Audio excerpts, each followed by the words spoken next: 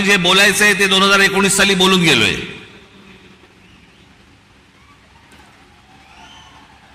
Orally आता गेली 5 वर्ष. मला असं वाटतं आता देवेंद्रजी, मुख्यमंत्री अजितदादा, इतर सर्वांनी, उद्धव ठाकरे, शरद पवार आणि इतर सर्व माणसांवरती वेळ घालवला. मला असं वाटतं त्यांच्यावरती बोलायची गरज नाही. जे सत्यताच येणार नाहीये त्यांच्याबद्दल आपण का बोलतो?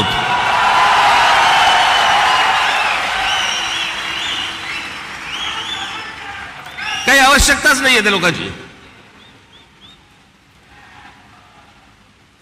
मला असं वाटतं की अनेक अशा योजना ज्या गेल्या 5 वर्षामध्ये झाल्या, मी त्या दिवशी माझ्या सभेमध्ये म्हटलं होतं, टीकेच्या वेळेला टीका, समर्थनाच्या वेळेला समर्थन, प्रशंसेच्या वेळेला प्रशंसा.